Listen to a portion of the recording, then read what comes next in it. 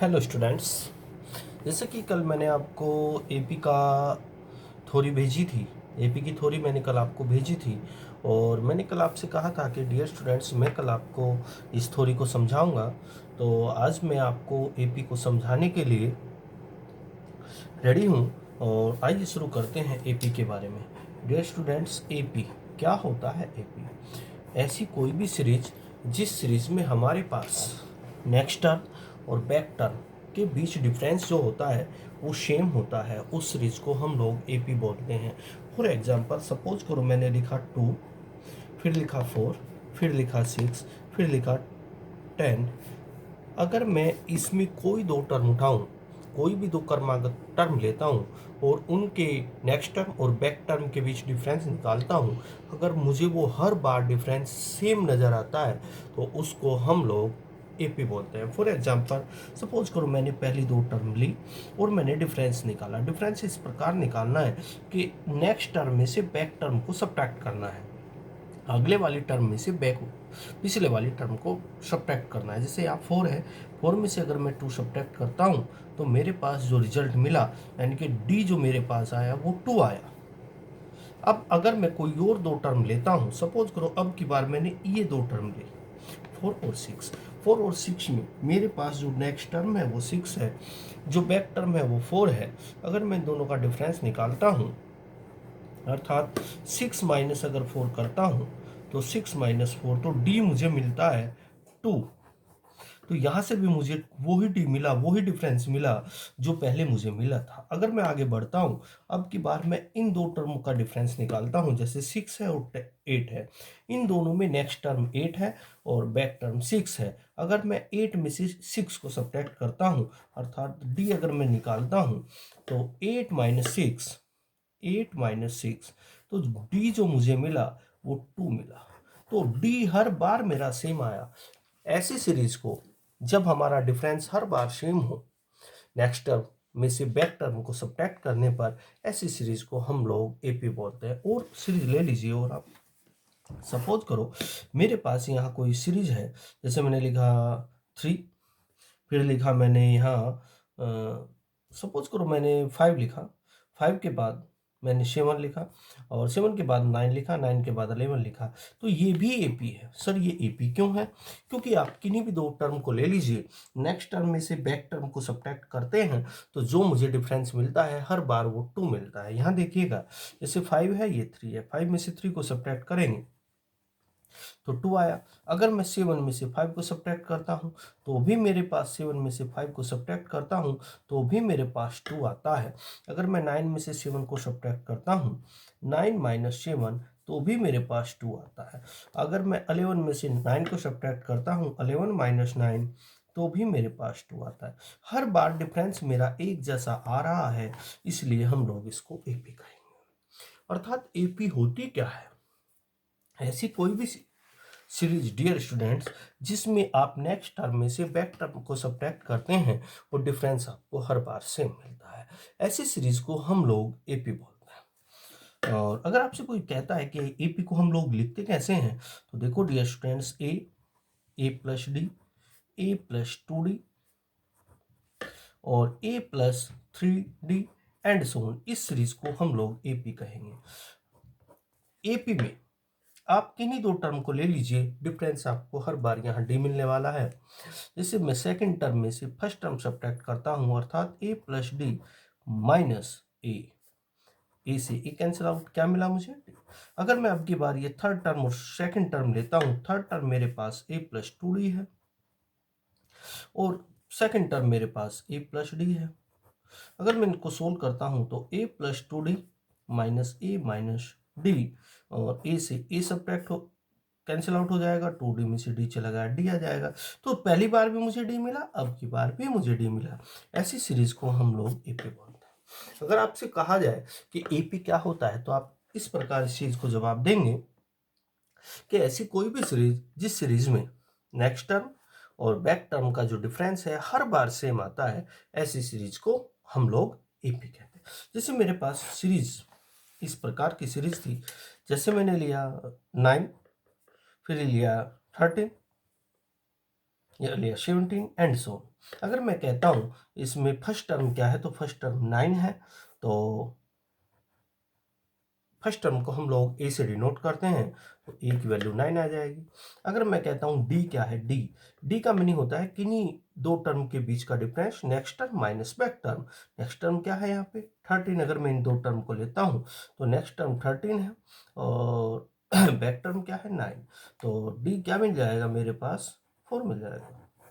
ए मेरे पास 9 मिला और डी मेरे पास 4 मिला, यानी कि फर्स्ट टर्म होती है जो यहाँ बैठने वाली टर्म होती है और डी होती है, आप इसको इस प्रकार भी बोल सकते हैं कि second term minus first term आपका होता है डी। ये तो आपका एक तरह से एपी का इंट्रोडक्शन था। अब इसकी nth टर्म निकालने की कोशिश करते हैं।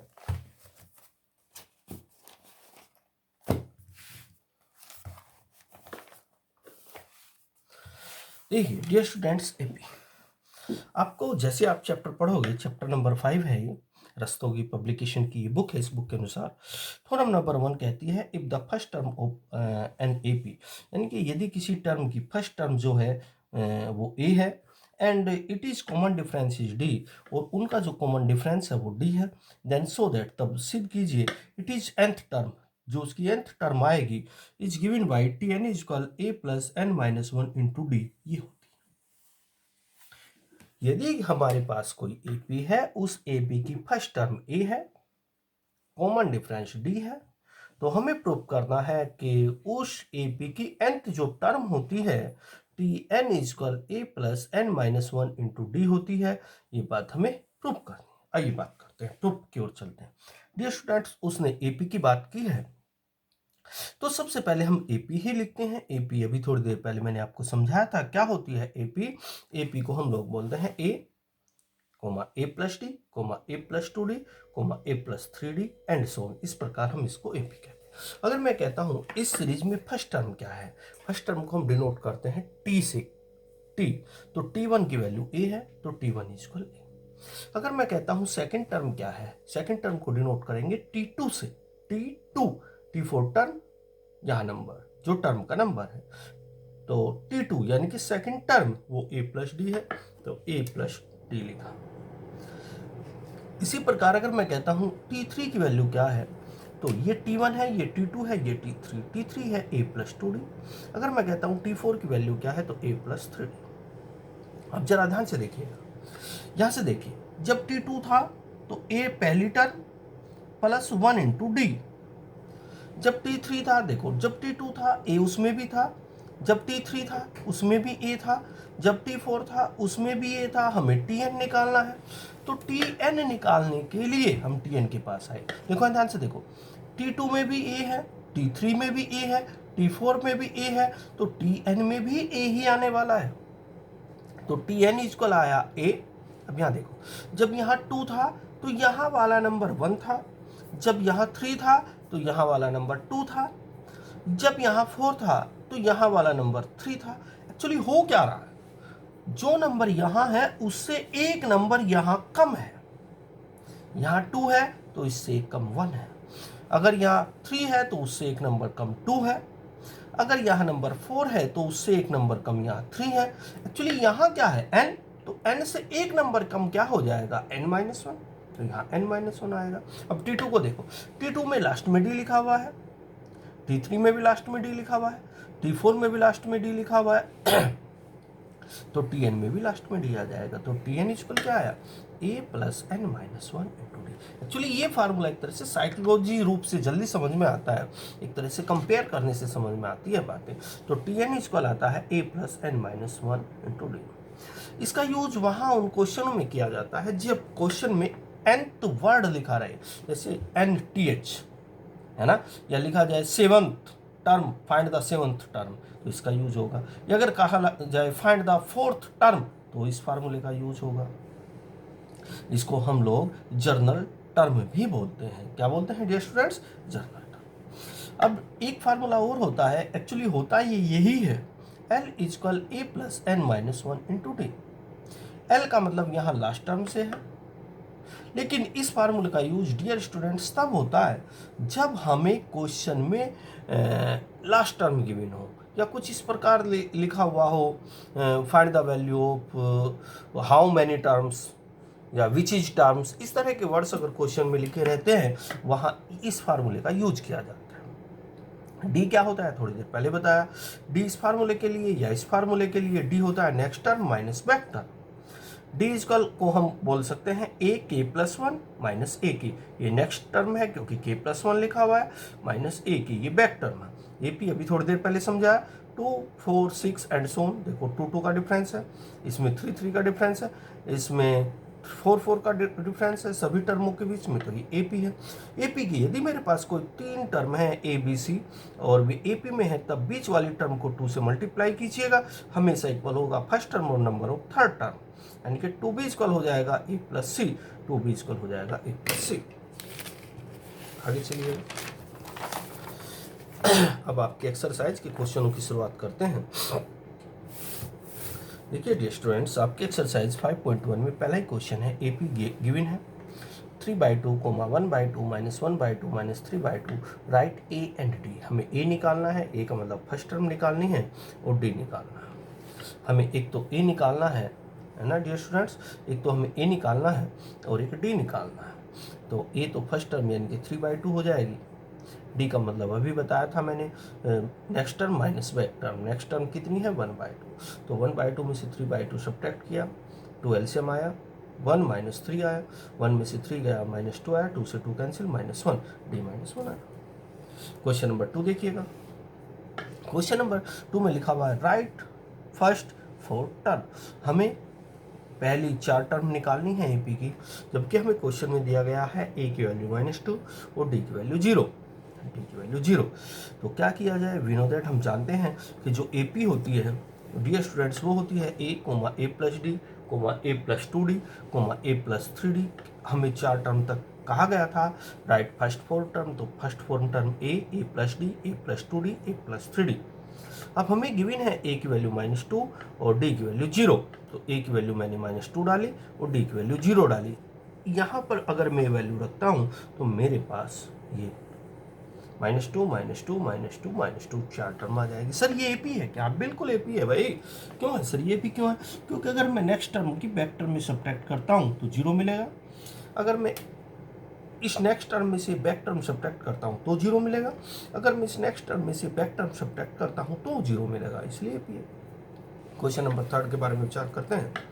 Which of the flowing form an AP, justify your answer. Question में कहा गया कौन सी टर्म, मतलब which of the flowing from on AP, यानी कि जो नीचे सीरीज लिखी हुई है इनमें से कौन सी एपी है। एपी होती क्या है, जब कॉमन डिफरेंस सेम हो जाए। तो जो एक्चुअली ये लिखा हुआ है थर्ड का फर्स्ट -1 -1 -1 -1, यहाँ ये एपी है क्योंकि यहाँ हर बार डी आपको 0 मिलेगा। सेकंड टर्म में से फर्स्ट टर्म सब्ट्रैक्ट की, -1 में से -1, ये -1 प्लस हो जाएगा, कैंसिल आउट, डी 0 मिलेगा। अब यहाँ -1 में से -1 बिल्कुल वही सीरीज निकल के आई, डी यहाँ जो था वही यहाँ डी है, डी सेम है, इसलिए ये एपी है। ये बात मैंने आगे लिखी है, D same, so the given series is an AP, इसलिए AP है। Question number 4, verify that the given series is an AP and then write it is next 3 term। हमें निकालना है वेरीफाई कि जो verify that the given series an AP, हमें prove करना है, मतलब वेरीफाई करना है कि जो सीरीज है ये एपी है, and then write the next 3 term, और आगे की 3 टर्म निकालना। तो हमने डी निकाला, D second term minus first term 1/4 -0 1/4 आया। अब मैंने डी यहाँ से निकाला 1/2 माइनस 1/4, तो मेरा डी इक्वल आया, जो डी मेरा यहाँ था वो डी मेरा यहाँ है, इसलिए मेरे पास ये एपी है। अब T5 निकालनी है, ये कितने टर्म है, 1 2 3 4 4 टर्म है, तो T5 निकालना है, T6 निकालना है, T7 निकालना है, T8 निकालना, सॉरी T3 टर्म निकालनी है। तो T5 निकालना है, T5 के लिए होता है a + 4d। a मेरे पास 0 है, d मेरे पास 1/4 है, तो a के स्थान पे 0 रखा, 4 जो का, तो d के स्थान पे 1/4, 4 से 4 कैंसिल आउट, 4 × 1 है ना, तो T5 क्या निकल के आया, 4 से 4 कैंसिल आउट, 0 + 1 1 आया। T6 क्या होता है, T6 होता है a + 5d, a के स्थान पे 0, 5 एज इट इज, d के स्थान पे 1/4, तो 5/4 आ जाएगी, एंड सो ऑन। इसी प्रकार ये सारी की सारी टर्म निकल के आ जाएगी।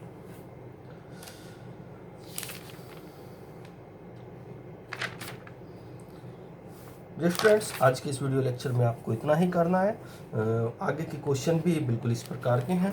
मैंने आज आपको पहले इस एक्सरसाइज का सॉल्यूशन मैंने आपको सेंड किया था। अब आपको सारे क्वेश्चन इस एक्सरसाइज के करके देखने हैं, जो 10 क्वेश्चन तक इसमें हैं। 9 क्वेश्चन तक मैंने सॉल्यूशन आपको सेंड किया था। कोई डाउट बनता है, डाउट आपको मुझे सेंड कर देना है। पहले भी मैंने आपको इसके साउंड डाउट सेंड किए थे। ओके बेटा, मन लगा कर पढ़िएगा, अच्छे से पढ़िएगा। बाय।